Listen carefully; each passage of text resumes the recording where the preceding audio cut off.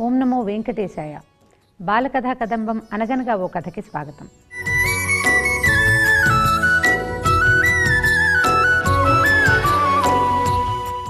ఎన్నో పురాణాలు, ఇతిహాసాలు, చారిత్రక నేపథ్యాలు ఉన్న భారతదేశంలో బాలబాలికలకి చిన్న చిన్న కథల రూపంలో మన అలనాటి చరిత్రని, పురాణాన్ని, నీతి కథల్ని అందిస్తే వాళ్ళు భవిష్యత్తులో మరింత నైతికతతోటి, ధార్మికమైన విజ్ఞానంతో పెరుగుతారని అనిపిస్తుంది.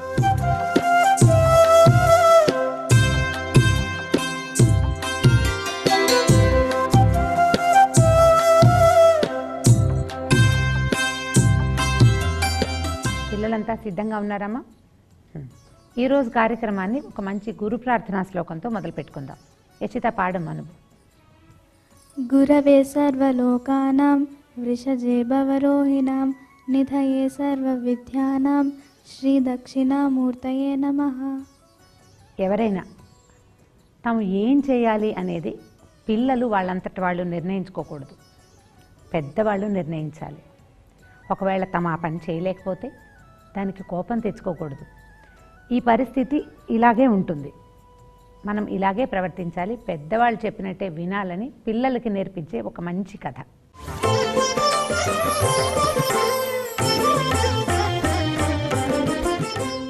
పూర్వం అంటే దేవతలు, రాక్షసులు యుద్ధాలు చేసే కాలంలోనట రాక్షసులకి ఒక గురువుగారు ఉండేవారు. ఇప్పుడు కూడా ఆయనే గురువు, శుక్రాచార్యుడు. అయితే ఆయన చాలా తపస్శాలి. ఆయన ఏం చేసేవాడట, ఆయన దగ్గర ఒక మృత సంజీవని అని ఒక విద్య ఉండేది. మృత సంజీవని అంటే చనిపోయిన వాళ్ళని బతికించేది. అప్పటికి దేవతలకి అమృతం రాలేదు, అమృతం దొరకల. అమృతం దొరికాక దేవతలు కూడా మరణించకుండా ఉండే వరాన్ని పొందారు. ఈ కథ నాటికి వాళ్ళకి ఇది కుదరలేదు. ఈ దేవతల గురువు అయిన బృహస్పతికి ఒక కుమారుడు ఉండేవాడు. అతని పేరు కచుడు. దేవతలంతా ఏమనుకున్నారంటే, మనం అందరం చచ్చిపోతున్నాము, దేవతలు, రాక్షసులు కూడా చనిపోతున్నారు, కానీ వాళ్ళకి మళ్ళీ బతకడానికి వాళ్ళ గురువు దగ్గర ఈ మృత సంజీవని విద్య ఉంది, మన దగ్గర లేదు.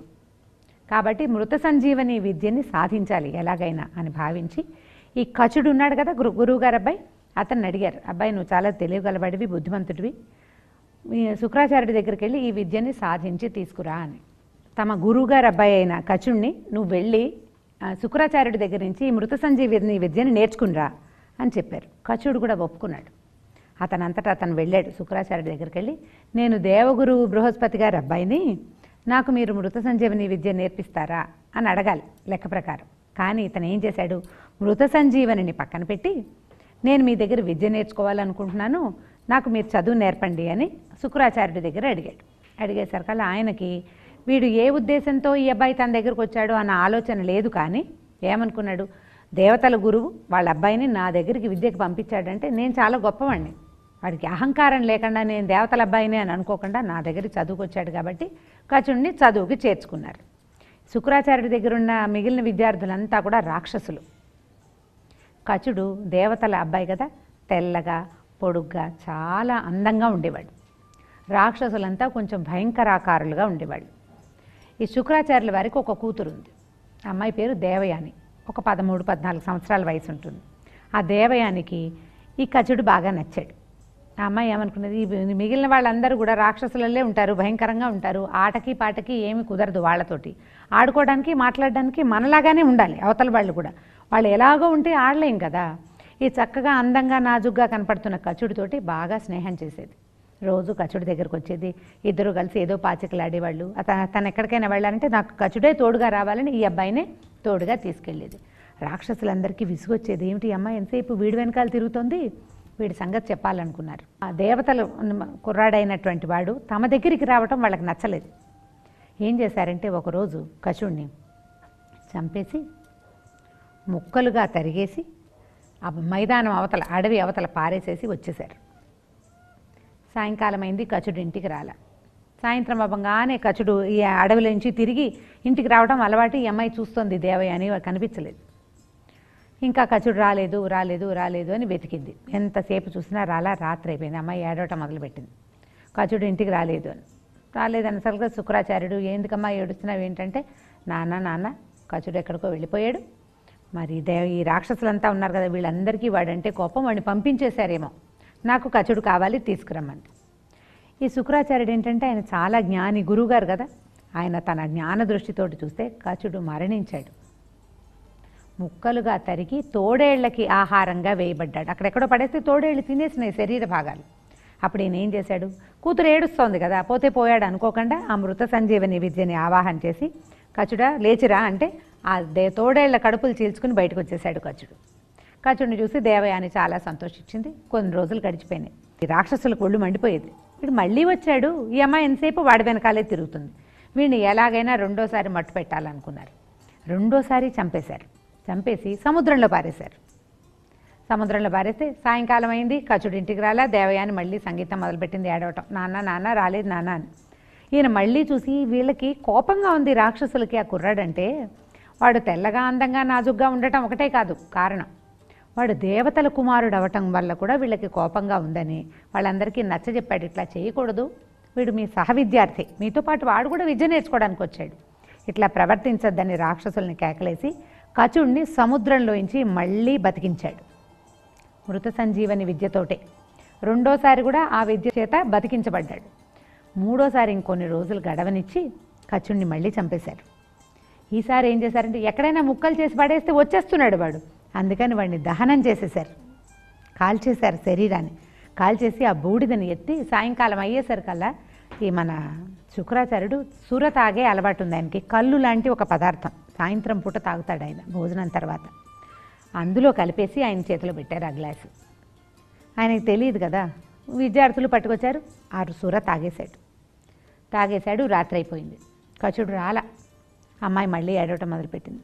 రాలేదు, ఇది మూడోసారి. ఈసారి కూడా వీళ్ళే చంపేశారు నాన్న, వాళ్ళు ఎక్కడున్నా సరే నా కచుడు కావాల్సిందేనని. ఈసారి ఆయన జ్ఞాన దృష్టికి కచుడు ఎక్కడున్నాడు, ఈయన గర్భంలో ఉన్నాడు. కూతురికి చెప్పాడమ్మా, నా గర్భంలో ఉన్నాడు, ఇప్పుడు నేను వాడిని కనుక బతికించానా నేను చచ్చిపోతాను, నేను కావాలో కచుడు కావాలో తేల్చుకో. ఏం చేస్తుంది అమ్మాయి అప్పుడు?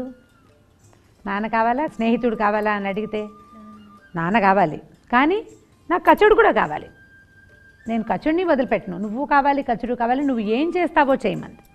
అప్పుడు ఈయన ఏం చేశాడంటే తన లోపల బూడిద రూపంలో ఉన్న కచుడికి ముందు ప్రాణశక్తిని ఇచ్చి, ఓ కచుడా నేను నీకు ఒక మంత్రం చెప్తాను, నేర్చుకో, ఇది విను, నేను నీకు మంత్రం ఆవాహన చేస్తే నువ్వు బతికి బయటకు వస్తావు, నేను మరణిస్తాను, నీకు విద్య చెప్పేశా కదా మంత్రం, ఆ మంత్రంతో నన్ను బతికిచ్చరా అని చెప్పాడు.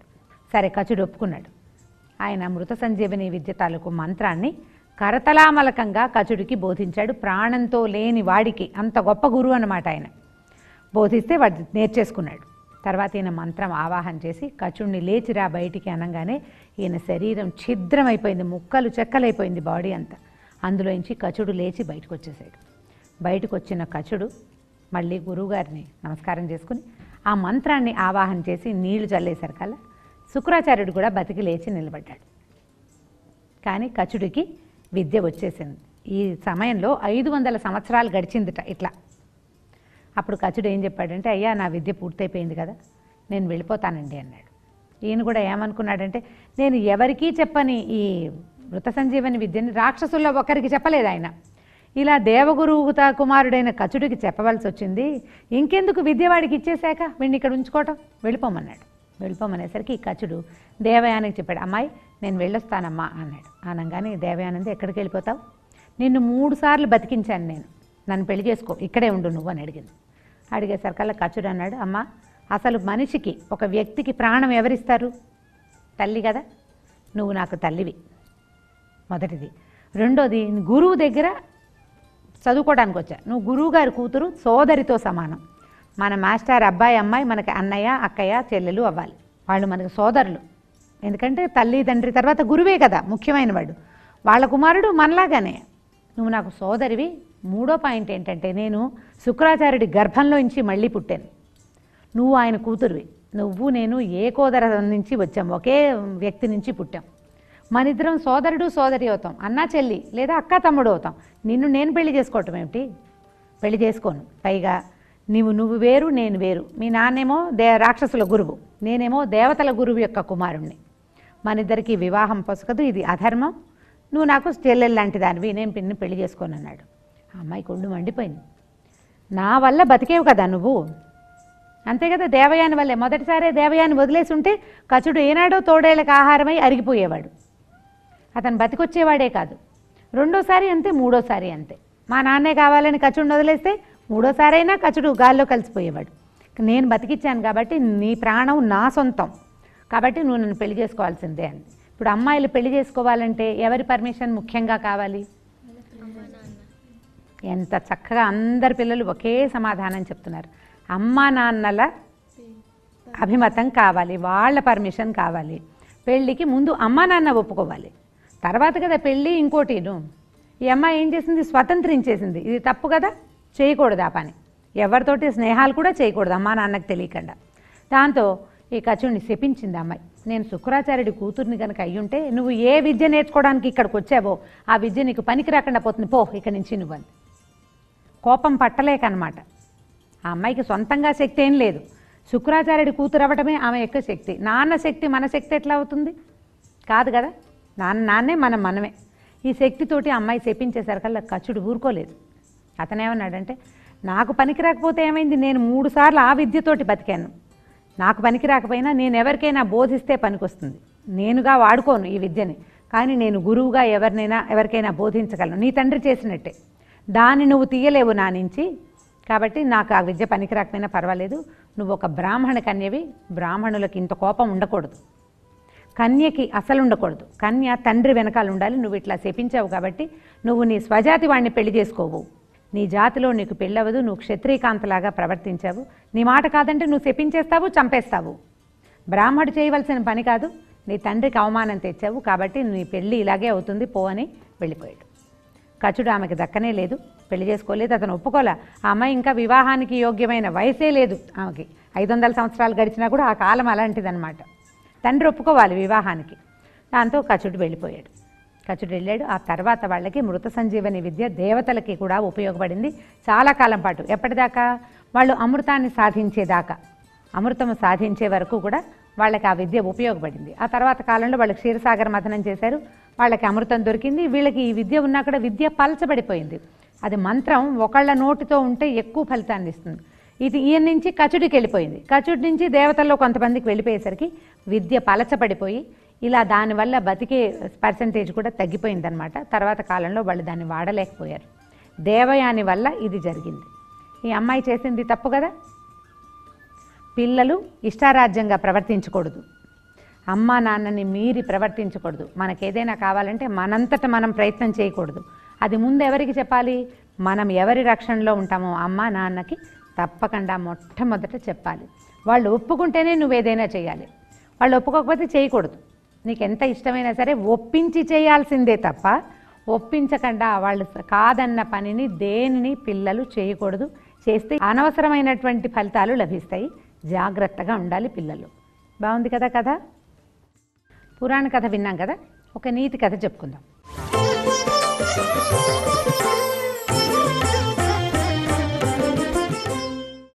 పంచతంత్రంలో ఇంచే ఒకరోజు ఒక ఊళ్ళో ఒక పేద బ్రాహ్మణుడు ఉండేవాడట.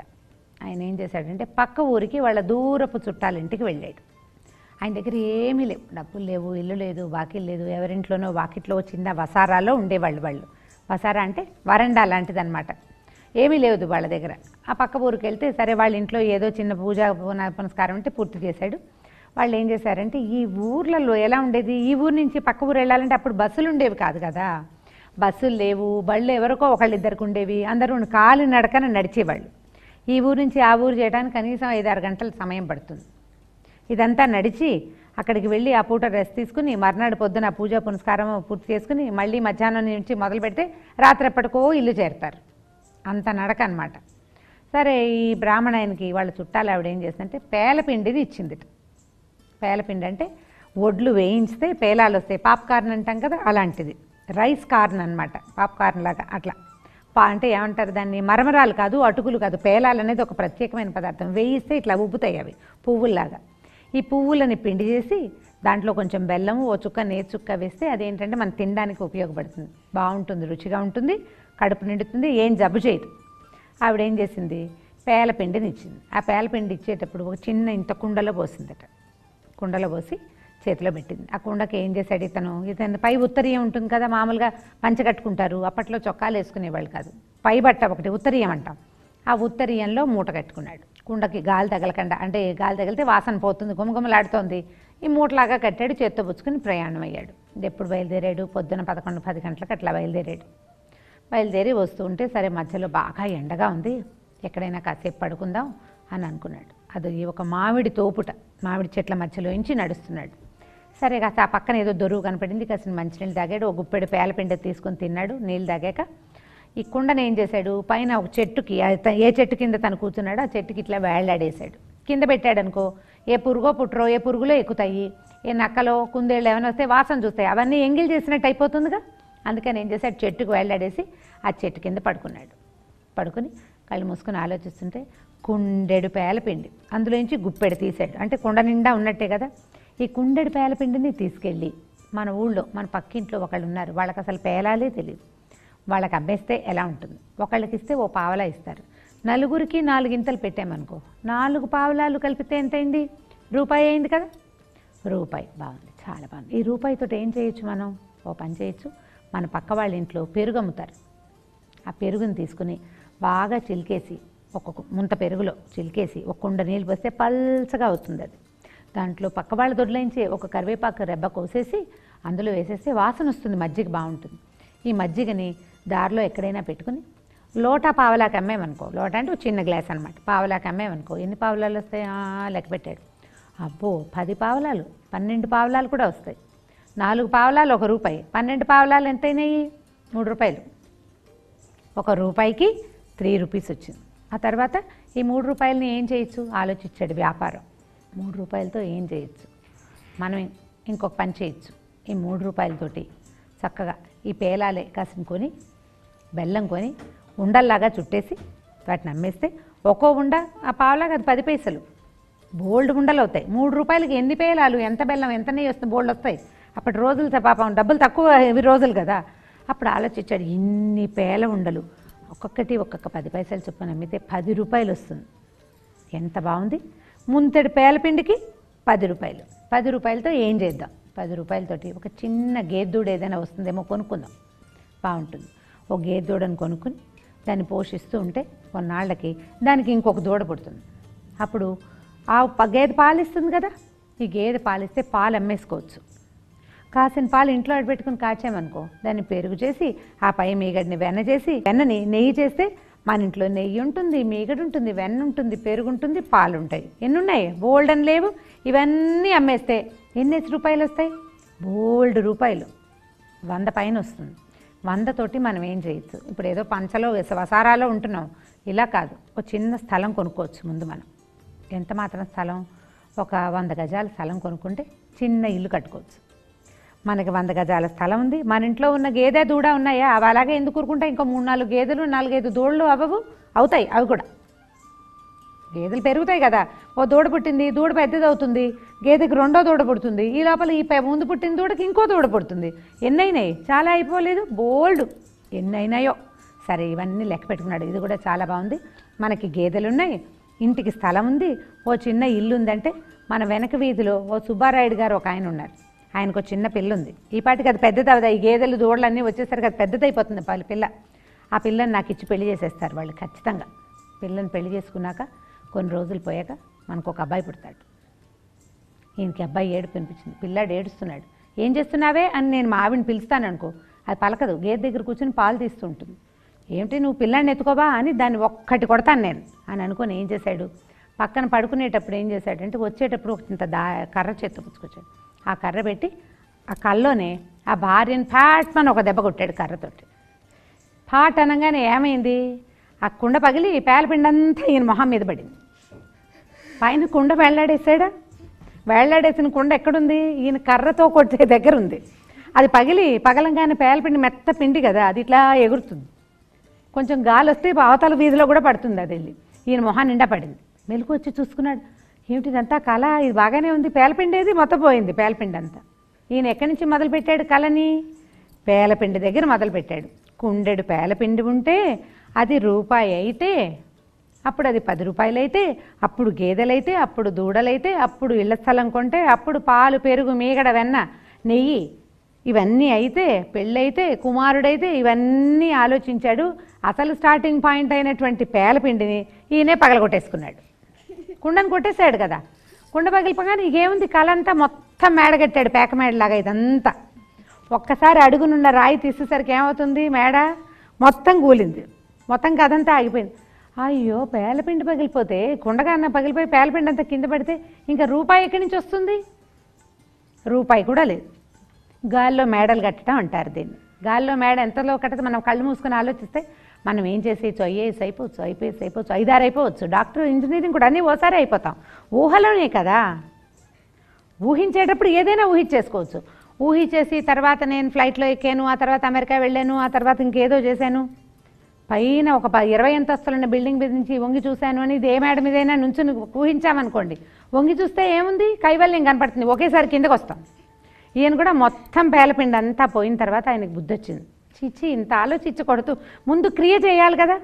మనం ఏం చేయాలి, మొదట చేయవలసింది పని చేయాలి. ఈ పేలపిండి పట్టుకెళ్ళి పక్కింటి వాళ్ళ ఇంట్లో ఇచ్చాక వాళ్ళు పావలా ఇస్తారో 10 పైసలు ఇస్తారో, పేలపిండికి బదులు ఓ బెల్లం ముక్క ఇస్తారో తెలుస్తుంది మనకి. పేలపిండి తీసుకుని డబ్బులు ఇస్తారా ఎవరైనా? ఏమిస్తారు? ఆ బాగుందంటారు, ఆ బెల్లంగడ్డ కూడా ఇవ్వరు. పేలపిండి పంచుకోవడానికే పనికొస్తుంది. దాని మీద వ్యాపారము, ఆ తర్వాత చేయవలసినవి బోల్డ్ అని ఊహించాడు. ఇట్లా గాలిలో మేడలు కట్టకూడదు, ముందు క్రియ చేయాలి. ఇవాళ రోజు ఎలా గడుస్తుంది, రోజుకి ఎన్ని గంటలు? 24 గంటలు. ఈ 24 గంటల్లో ఎన్ని పనులు చేస్తే 24 గంటలు గడుస్తాయి?